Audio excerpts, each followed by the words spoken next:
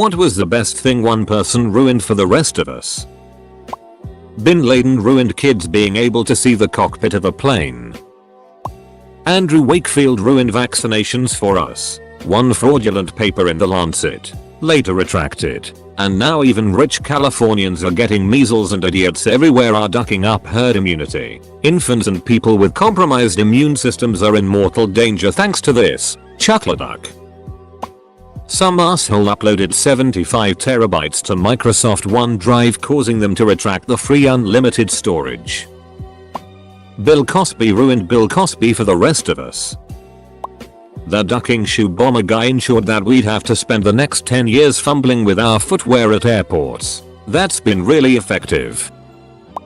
The name Vidkun was ruined in Norway by Vidkun Quisling. There's actually an old joke from the war times about it. Hello, I would like to change my name. Okay, what is your name? Vidkun Itstin. And what would you like to change it to? Paul Itstin. By you old a month ago. The Itty movie Tuck Everlasting ruined the best part of my local state park. A few miles outside of Forest Hill, MD is Rock State Park. A part of that park is Kilgore Falls, Maryland's tallest waterfall. It is known more commonly as Falling Branch. The reason for this is that a large tree had fallen many years ago, landing in the water and leaning on the rocky cliff of the falls. This acted as a perfect branch to climb up 10 feet and jump into the very deep swimming hole at the base of the falls. It was an incredibly fun recreational area for kids and adults alike. Then the duckers at Stat Out Tuck Everlasting came to our town and saw the beautiful, nationally protected area and thought, well, this looks like a wonderful thing to ruin for this town. They came, cut down the tree for which Falling Branch got its name. They filled in the swimming hole with 10 feet of rocks, filmed their one scene, and ducked off without fixing anything. The once amazing location was never the same. Duck those guys. Duck Disney. Duck everyone. We have had Pumpkin Chunkin in Delaware every year for the past 25 plus years. People would build their own cannons and compete to see who could launch pumpkins the furthest. All non-profit and a major benefit to the community. 3 years ago some 360 pounds drunk guy on a four-wheeler flipped and paralyzed himself at the event. Sued the farmer who owned the field, ending Pumpkin Chunkin forever. Duck that guy. I hate whoever made Netflix and chill a viral sensation. Now I can't invite a girl over to watch a movie without it sounding overly suggestive. Ethan Zuckerman, the guy who invented pop-up ads. He even apologized later on for creating them. I used to be able to have my cell phone at my work desk until Summer Shat in Houston was using it to take pictures of people's social security numbers. I miss my podcasts. The KKK ruined ghost costumes. Shopping in a civilized manner was ruined by the idiot who created the phrase "the customer is always right." Now we have an endless parade of entitled assholes ruining the lives of people who deal with the public, and the fellow shoppers who have to witness these disgusting individuals put on their disgraceful performances. Lee Harvey Oswald ruined presidential parades. Noah, by not swatting those two goddamn mosquitoes. The person who authorized the experiments on the live reactor in Chernobyl and the deactivation of the safety features ruined nuclear power for everyone. Not one but 3 people at my work ordered Jimmy John's at the same time, but none of them told each other, so 3 different deliveries came in at the same time for 3 different sandwiches. We are now blacklisted from Jimmy John's. All I want is a sandwich sometimes. Always love trumpets but they'll never be the same after John Cena Marijuana, Harry J. Anslinger. More than Anslinger claimed cannabis caused people to commit violent crimes and act irrationally and overly sexual. The FBN produced propaganda films promoting Anslinger's views, and Anslinger often commented to the press regarding his views on marijuana. My grandfather believed that till the day he died. Rich Skrenta releasing the first computer virus. We're so saturated with warnings about viruses and other malware that we never stop to think about how weird it is that such a thing even exists. Some prick started it, and now it's everywhere.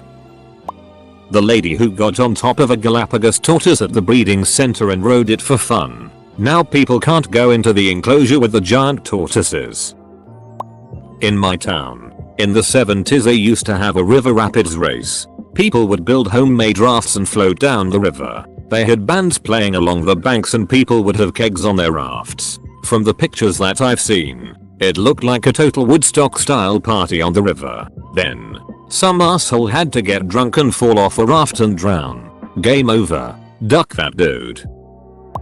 The kid that got Pokemon cards, Yu-Gi-Oh cards, and Beyblades banned at elementary school. Duck you, David. Kindle used to offer unlimited 3G internet access for life for its e-readers. Summershat wrote an article on how to tether that connection for other devices. Amazon took away unlimited and restricted it to 50 MB month. Every 4th of July a 2-hour-long parade runs down Main Street in my hometown. Thousands of people come out to watch. One of the best parts of the parade was the water battles between the high school cheerleaders riding on the fire trucks and the crowd. The cheerleaders would have water guns and so would everyone watching the parade. And each year everyone was prepared for the ensuing water war. One year we even hooked up a nozzle to the garden hose and absolutely drenched the cheerleaders. Fantastic event and loads of fun. One year some lady's camera got wet and threw a fit. Complained to the city. Got water guns banned from the parade. Ruined everyone's time. Straight up Buzzkillington. Edit. Sorry. The story doesn't end with a wet t-shirt contest. I'm late for the party, but kinda surprise eggs. They're illegal in NY thanks to that one kid who ate the ducking toy. What the hell happened to all of the high diving boards? Meth cookers that made getting real Sudafed, the one that actually works for colds, a pain in the ass to get. We used to be able to roll over vacation days, but one idiot genius saved up his days for 10 years to take an entire year off paid and also insisted he shouldn't be required to make his sales quota for that year since he was on vacation. Now none of us can roll over days. Edit. I think what makes this story better is that this is a company of over 300,000 people, and this applies to the whole company. Used to be I would click on anything starting with 2 girls. Not anymore. Ulumporu single-handedly made an entire fandom question the one thing we all previously agreed on. Now nobody knows whether Jar Jar Binks was a bumbling buffoon, or the greatest threat the galaxy has ever known. Now instead of a universal hate for the Gungan, we have brother fighting brother in the street. Edit. Link to the offending post. Dang. Now my highest voted comment is about praising the genius that is Jar Jar Binks. A week ago, I would have laughed at somebody who said that. Hitchhiking. The idea of being able to hit the open road and visit far off places when one is broke or just looking to meet some interesting people. Some asshole had to come along and start murdering people and burying them in shallow graves. Which sort of ruined the image of a shallow grave too. Duck that guy. Nabokov ruined the name Lolita. Lance Armstrong ruined cycling for Americans. I don't think any of us will ever give a shit about cycling ever again. Not entirely ruined, but vaping now has the image of being a douchebag thanks to people using it for the sole purpose of blowing big clouds and competing for it. Vaping used to have the image of quitting tobacco. I'm almost down to 0 milligrams nicotine and have only cared about quitting not fogging up a Chili's or produce area in Walmart. I hate how vaporas have to feel like they are better than you and diss your vape setup. Congrats dude. You just made my mother pick cigarettes back up. Edit. RIP my inbox. Sorry if I didn't get back to some of you. Edit 2. The whole my mother part was intended for humor. That really didn't happen in case you didn't get it. You don't get it. And you never will get it Master Shake. Edit 3. Glad to see the other views on this and thank you all for discussing your opinions. Saying goodbye to someone at the gate at the airport. So long rom-coms with someone running to catch the person the second before they hand over their ticket aboard the plane. That 4chan guy made people stop trusting the iCloud. Heath Ledger as the Joker in Christopher Nolan's third Batman would have been the most anticipated performance ever really. Chocolate chip cookies. Some bastard decided to put raisins in them at some point. From now on I have to constantly check my cookie before eating it. Put them in oatmeal where they belong. I expect them there. It was 19 of them, but they made flying even more unpleasant than it already was. The swastika symbol. It's a badass symbol that is considered to be a sacred and auspicious symbol in Hinduism, Buddhism and Jainism. Now anything associated with it is immediately treated with disgust.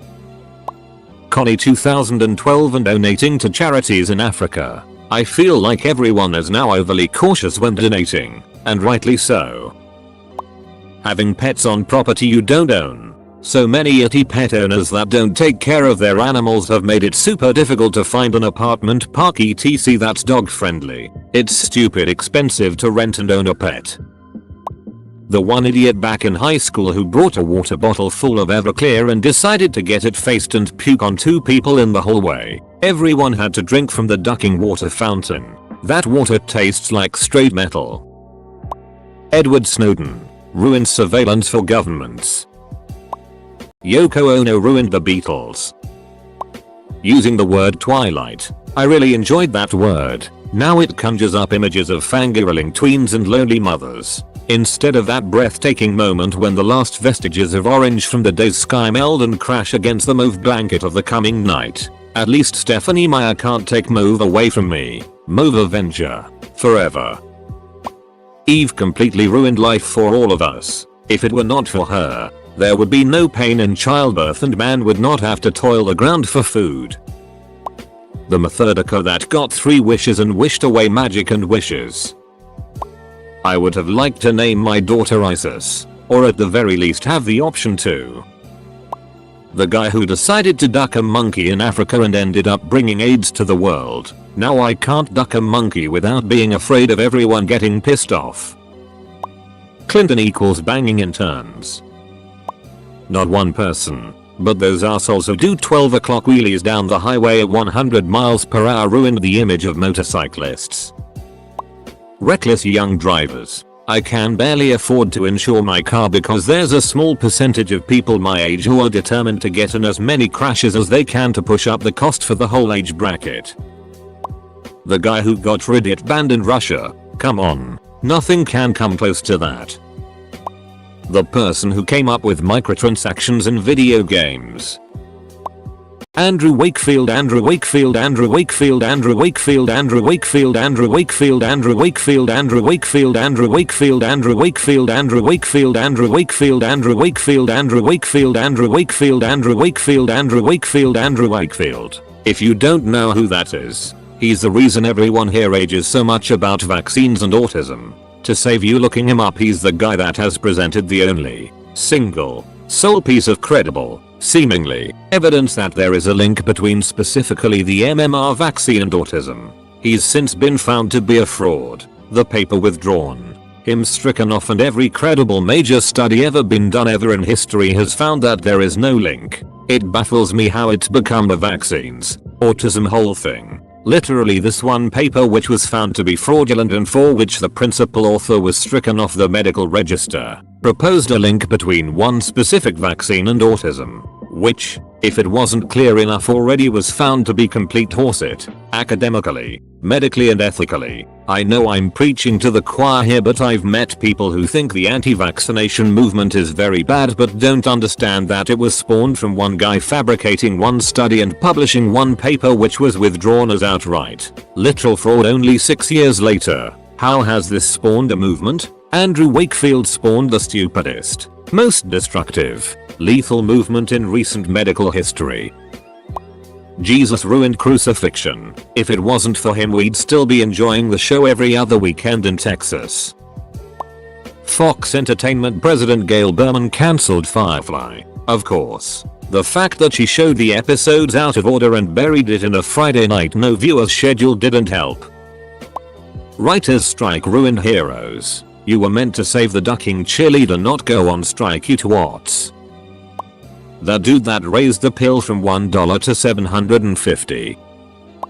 In 356 BC, the Temple of Artemis was destroyed in a vainglorious act of arson by a man, Herostratus, who set fire to the wooden roof beams, seeking fame at any cost, thus the term herostratic fame.